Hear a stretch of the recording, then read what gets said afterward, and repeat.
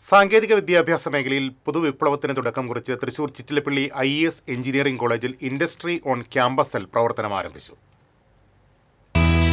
വിദ്യാഭ്യാസവും വ്യവസായവും തമ്മിലുള്ള അകലം കുറയ്ക്കുക എന്ന ലക്ഷ്യത്തോടെ Thalassery think for tech innovations private ലിമിറ്റഡുമായി സഹകരിച്ച് കോളേജിലെ ഇലക്ട്രോണിക്സ് ആൻഡ് കമ്മ്യൂണിക്കേഷൻ വിഭാഗത്തിന് കീഴിലാണ് പദ്ധതി ആരംഭിച്ചത്. ക്യാമ്പസിനുള്ളിൽ തന്നെ വ്യവസായ ലോകത്തെ പ്രായോഗിക അനുഭവങ്ങൾ വിദ്യാർത്ഥികൾക്ക് ലഭ്യമാക്കുക എന്നതാണ് പദ്ധതിയുടെ പ്രധാന ലക്ഷ്യം.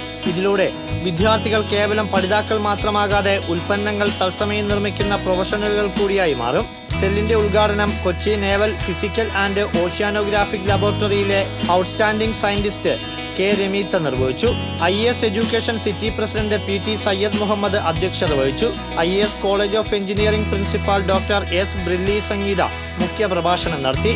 IES education city senior vice president KP Abdul Rasheed, ഡയറക്ടർമാരായ KP Muhammad Ali, VC Shahida, Kozhikode Sethu Seetharam school manager Abdul Rahman, electronics and communication engineering വിഭാഗം മേധാവി MK രചന, P. ലിനു ബാബു, TV സിന്ധു എന്നിവർ പങ്കെടുത്തു.